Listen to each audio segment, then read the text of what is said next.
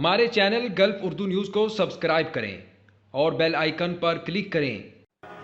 सऊदी दारुल हुकूमत रियाज, सीरिया के कुछ बच्चे रोड पर खराब अंडे बेचते नजर आए जो बिल्कुल नाकारान हालत में थे। एक शहरी ने जब सवाल किया ये अंडे सब टूटे हुए क्यों हैं, तो कोई जवाब ना मिला। मजीद देखिए इस वीडियो में। كم البيض؟ 10. ليش كذا مكسر؟ طيب كله كذا.